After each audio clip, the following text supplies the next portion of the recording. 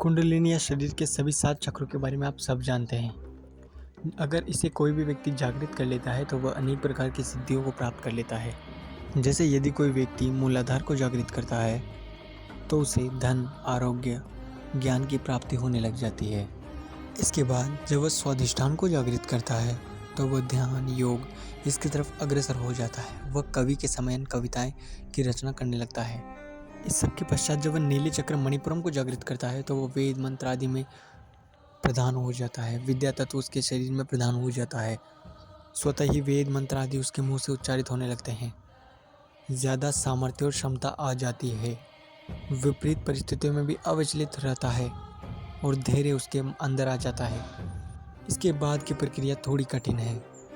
आप सभी लोगों ने सुना होगा कि सबसे महत्वपूर्ण चक्र आज्ञा चक्र और सहस्त्रदल ये होते हैं, परंतु सबसे मेन है चौथा चक्र अनाहत, जो कि हृदय में होता है।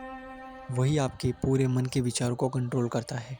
इसे जागृत करने में सबसे अधिक समय लगता है। ये एक दरवाजे के जैसा है जो सांसारिक और योगियों के बीच में है, क्योंकि ये मन का चक्र है, हृदय का चक्र, और मन बहुत चंचल है।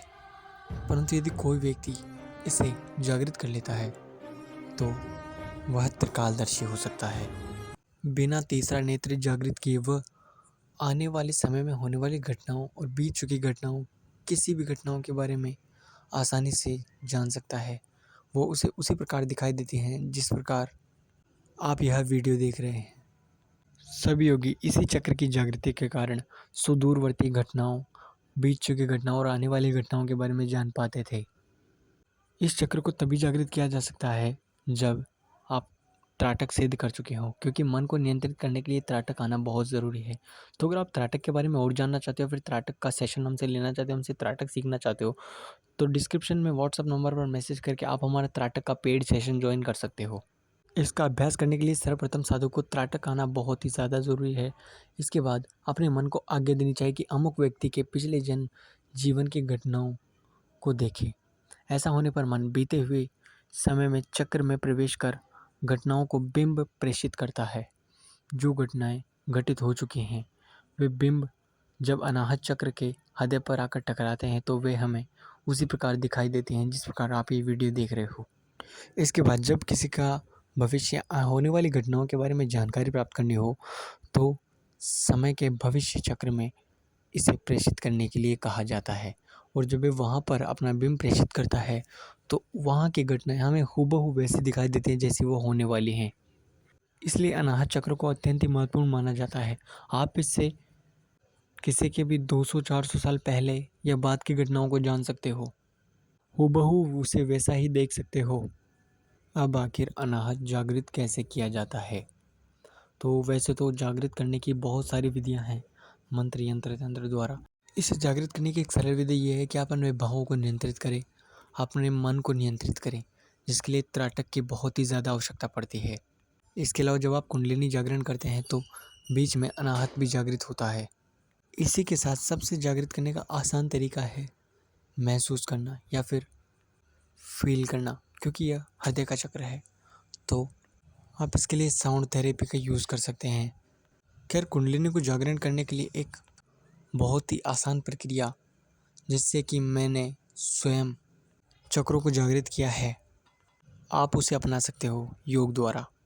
मतलब जो 7 चक्रों के 7 मंत्र हैं उन्हें बोलकर और ध्यान लगाकर आप इसे जागृत कर सकते हो। अब जब कोई व्यक्ति कुंडलिनी आदि जागृत करता है तो उसे चाहिए कि वो सात्विक और सही आहार ले, जो कि एक योगी या साधक को करना चाहिए।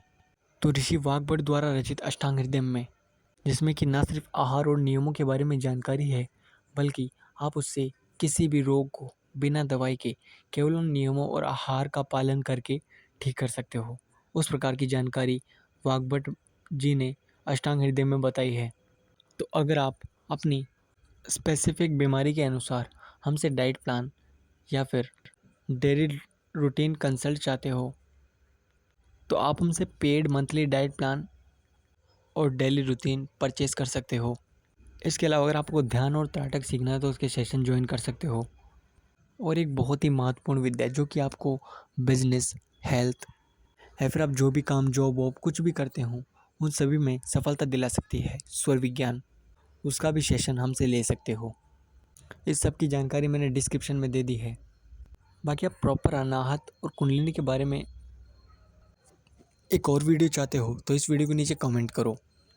मैं इस पर एक full detail free course YouTube पर अपलोड कर दूंगा, जिस विधि से मैंने खुद चक्रों को जागृत किया है।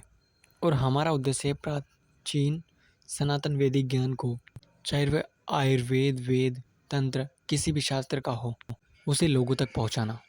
तो इस वीडियो को उन लोगों अपने सभी सनातन दोस्तों के साथ ज़रूर शेयर कीजिए।